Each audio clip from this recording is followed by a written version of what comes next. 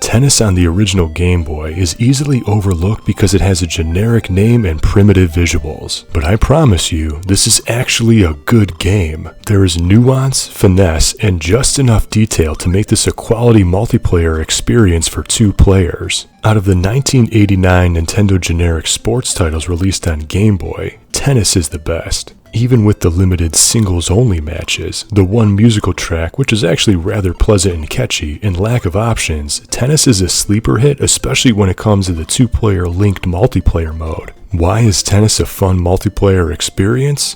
I'll give you 2 reasons. First, when linked, both players are in the near court on their respective Game Boys. Everyone knows playing on the far court sucks because the perspective is never quite right and the camera always favors the player in the near court. But when connected with the link cable, both players are always in their near court, so there's no disadvantage. The illusion of changing sides comes from Mario's judge's chair, as it'll move from the right side to the left side. Playing on your close court is something that can only be done when each player has their own screen, and it's a very thoughtful game design choice. So many other tennis games, even today, force the player to play from the far court, and it just isn't the same. The other reason why Game Boy Tennis is a quality handheld sports title is the play control and how the player controls each shot. It might not come across in this video and it's difficult to explain, but the player controls the direction of each hit when pressing the D-pad with each stroke. Yeah, I know all tennis games allow the player to control the direction with each hit, but it just feels different here on Game Boy.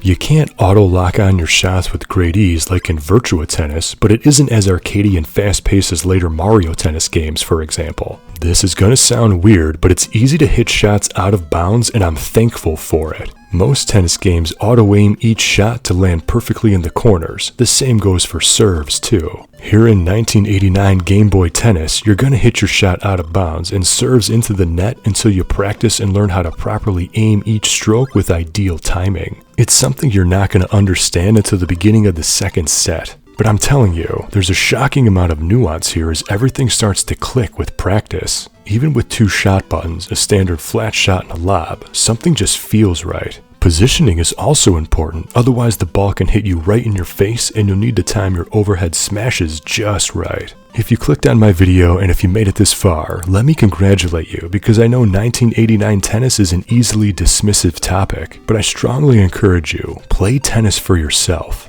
I mean, really play it. Play an entire match, not just 2 points and then switch to another ROM in your emulator because you got bored in the first 15 seconds. Even without special shots, dive moves, different characters, lack of court variety, and literally any and all options other than the 4 difficulty/speed settings, this is as plain of a game you can get. But a straightforward experience should not be mistaken for poor quality. Tennis on Game Boy is a quality 2-player multiplayer link cable experience. Each player controlling their generic little tennis player guy with transparent eyes is awesome since each player always plays in the near court. It's a great quality of life feature that can only happen on Game Boy. So, what do you think? Do you think I'm crazy because I enjoy tennis on Game Boy and like to sing its praises, especially in the 2-player linked mode? If you played this game for yourself, again, really play it. Let me know what you think in the comments. And if you like this Game Boy Color link cable video, you might want to check out my Game Boy Advance single pack link series as I explore this underappreciated multiplayer feature that only requires 1 cartridge for up to 4 players. Link will be in the description. And be sure to subscribe so you don't miss future episodes of my Enable the Link Cable series. And let me know what Game Boy or Game Boy Color multiplayer games you'd like me to cover next.